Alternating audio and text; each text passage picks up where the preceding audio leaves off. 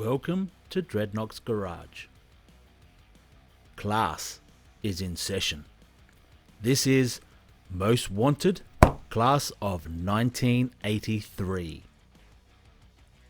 Airborne is a name I see a lot in various Most Wanted lists, whereas in my Most Wanted list, he doesn't really register at all. Airborne is another character that was well before my time collecting, and I have never really seen him in any G.I. Joe media. To be honest, I can take or leave this one in classified.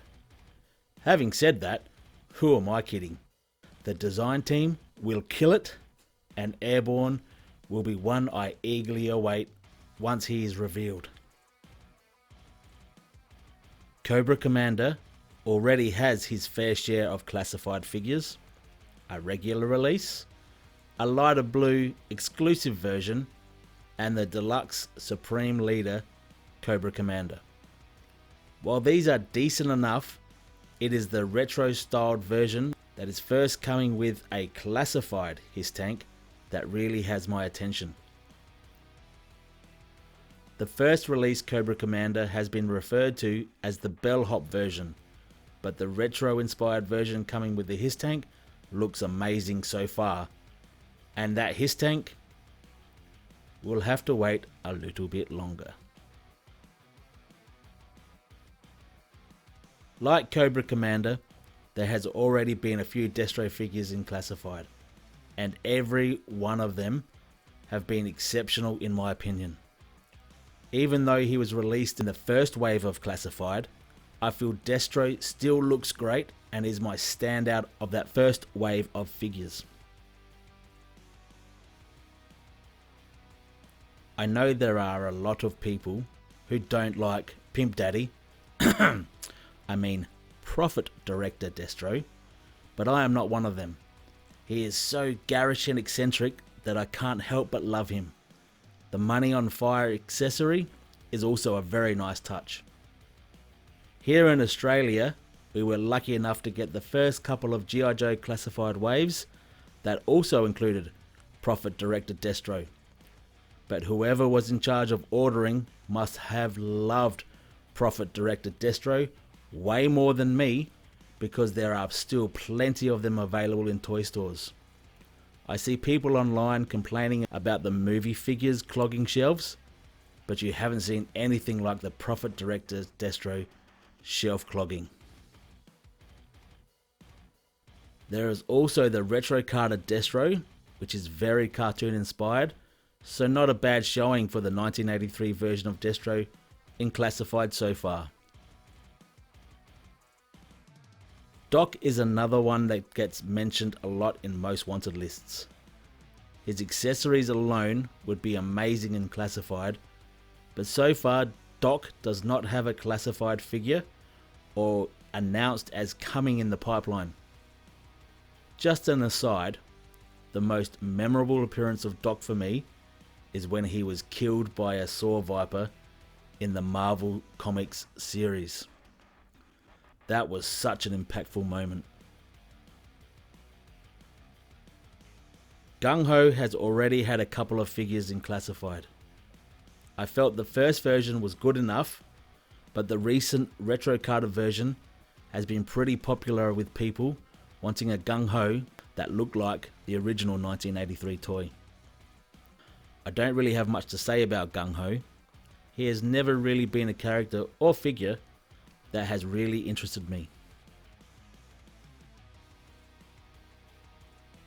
Major Blood, the first Australian in the line, and he is a bad guy.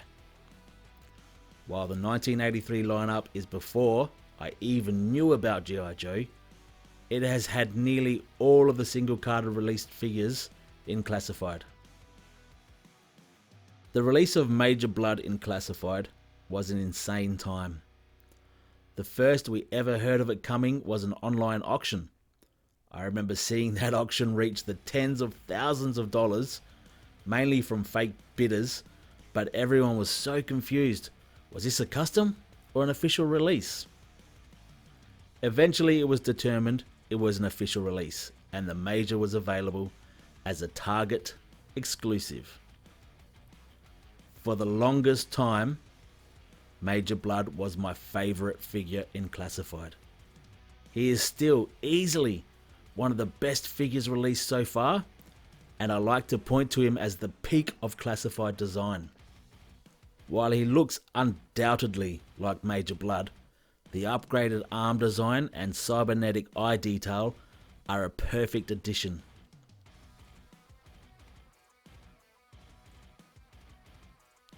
Snowjob, one of the worst codenames in G.I. Joe, has already been revealed as in the pipeline of active development. Environment specific figures are not really high on my list because they are very one-dimensional, especially in toy photography. But having said that, Torpedo is another environment specific figure, but I really like the early development Classified version.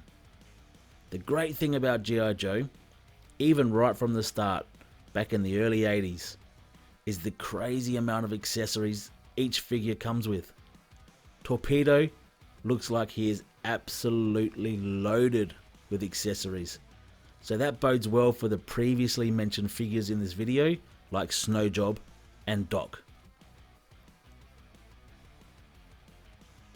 In the last of the single carded figures from 1983, and another that hasn't had a Classified figure or one coming in the near future, is Tripwire, and that is a good thing. For me, Tripwire is very unappealing. He would be more suited to looking for keys and coins on the beach than in a specialized military force. I'm sorry for Tripwire fans, but next.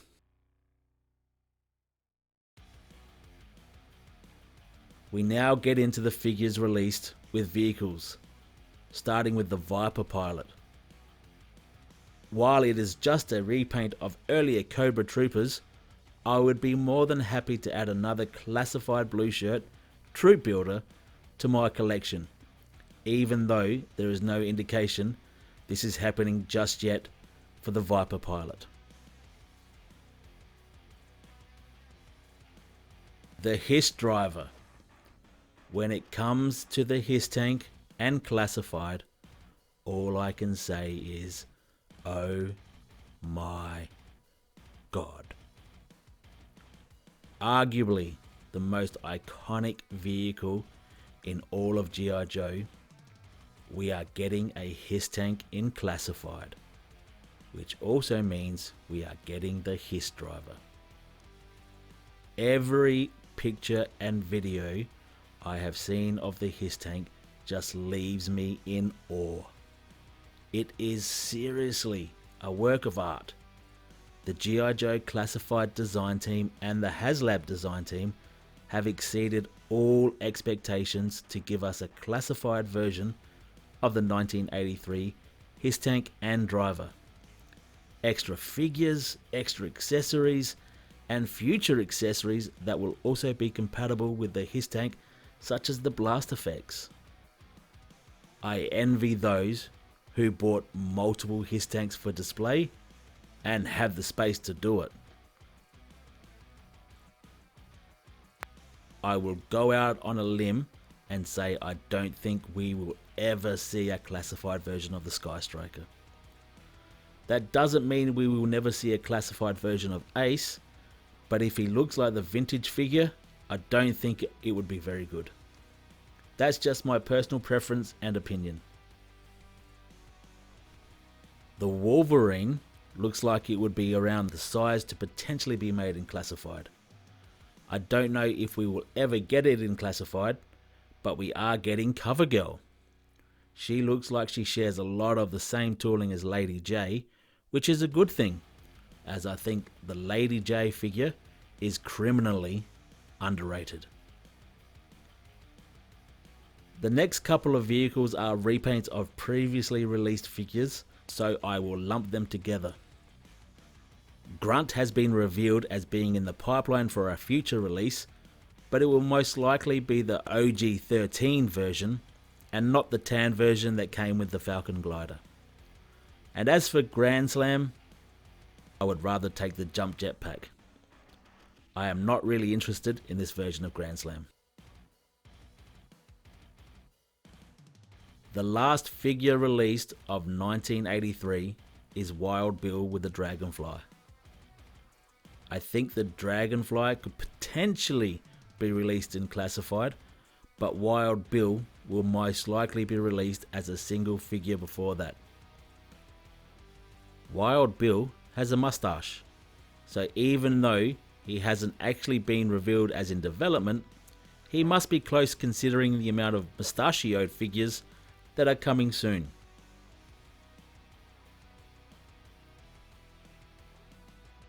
As I said earlier, there have already been a lot of the 1983 lineup either released or revealed for Classified, so that doesn't leave a lot left to choose from for my most wanted of this year. While Airborne would be a good trooper to get, I have to give my most wanted for the class of 1983 to Doc. I just feel his accessories would be great in Classified. Who is your most wanted in the 1983 lineup? Let me know in the comments. And with that, Dreadnoks Garage is now closed. Please like and subscribe to the channel. Thanks for watching, and always look out for more videos coming soon.